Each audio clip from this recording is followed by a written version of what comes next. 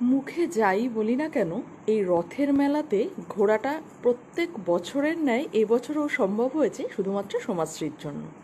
তো বাড়িতে বসে বসে বোর হচ্ছিলাম, তাই কারণেই মেলাতে ঠেলা খাওয়ার জন্য সমাজশ্রী ফোন করলো যে চল একটু ঘুরে আসি।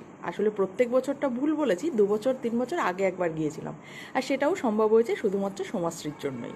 তো এই বছরও সেটাই, তাই এই বছর ছেলেকে নিয়ে প্রথম আমি মেলায় গেলাম, রথের মেলাতে। আসলে আমি রথের মেলাটা একটু অ্যাভয়েড করি, সমাজশ্রীর পাল্লায় পড়েই আমাকে যেতে হয়, তবে গেলে যে মজা হয় না তা কিন্তু একেবারেই নয়। তাই আমি আর ছেলে চলে গিয়েছিলাম পাড়াতেও। দেখলাম বেশ ছোট ছোট কয়েকখানি রথ বেরিয়েছে, সেগুলো দেখতে দেখতে কীর্তন হচ্ছিল, সেগুলো শুনতে শুনতে বেশ ভালো লাগছিল যেতে। চলে গিয়েছিলাম নাগের বাজার রথের মেলাতে, এবং আমি আর আমার ছেলে 4:30 নাগাদ পৌঁছে গিয়েছিলাম।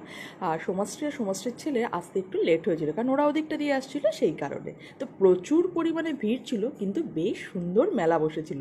এখানে ফুলের নানা রকম সম্ভার ছিল, যেগুলো ছিল ভীষণভাবে চোখ ধাঁধানো। তবে আমি বিশেষ কিছুই কিনতে পারিনি, কারণ সমাজশ্রী প্রচুর পরিমাণে গাছপালা কিনেছিল।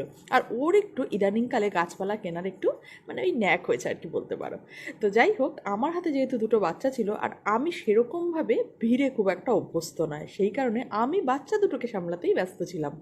কিন্তু সব কিছু মিলিয়েই ভীষণ ভালো মেলাটা আমরা দুজনা মিলে কাটিয়েছিলাম, 4 জন মিলে। দুটো পুচকে আমাদের সঙ্গে ছিল।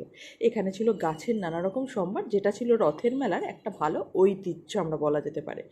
আর রথের মেলাতে গেলেই গাছ কিনবো না এটা তো হতেই পারে না, তবে আমি কিছু কিনিনি, বান্ধবী কিন্তু আমার কিনেছে। যাই হোক, আবার পরের বছর আবার হবে, আমি কিনবো, ও দাঁড়িয়ে থাকবে। তো তারপরে চলে গেছিলাম পাঁপড় ভাজার এদিকে, যদিও পাঁপড় ভাজা কেউ খায়নি, কারণ আমার ছেলে বা ওর ছেলে কেউই অতটা পছন্দ করে না, আর আমি তো ভাজাপুরি অতটা পছন্দ করিই না। তারপর এদিক থেকেই হাঁটতে হাঁটতে মোটামুটি পায়ের অবস্থা হাল খারাপ হয়ে গিয়েছিল, এবং মাইকের আওয়াজে কানের অবস্থাও খারাপ হয়ে গিয়েছিল। এখানেও দেখো কি সুন্দর একটা রথ বেরিয়েছে, বেশ সুন্দর দেখতে ছিল এটি। তো এই করেই আমরা আস্তে আস্তে হেঁটে ভগবতী পার্কের দিকে চলে গিয়েছিলাম, এবং সেখানে গিয়ে আমরা ঘুগনি, নিরামিষ ঘুগনি খেয়েছিলাম, যেহেতু শনিবার ছিল। সেই কারণে আমার বান্ধবী এবার পেঁয়াজ টেয়াজ খাবে না, সেই জন্য হেঁটে হেঁটে ঘুগনির দিকেই চলে গিয়েছিলাম। তো খুব ভালো সিস্টেম করেছিল, প্রত্যেকটা জায়গায় বেশ সুন্দর গ্লাসে গ্লাসে জল দিচ্ছিল। সেখানে খিচুড়ি আলুর দমের ভোগও ছিল, বেশ ভালো সুন্দর পরিবেশ ছিল। কিন্তু ওই যে বললাম প্রচণ্ড ভিড়, যার জন্য আমার একটু অস্বস্তি হচ্ছিল। যাই হোক, এই মেলায় গিয়ে আমার পরবর্তী অভিজ্ঞতা কেমন হয়েছিল সেটা জানার জন্য আমি পরের ভিডিওতে তোমাদের সঙ্গে আসছি। চলো।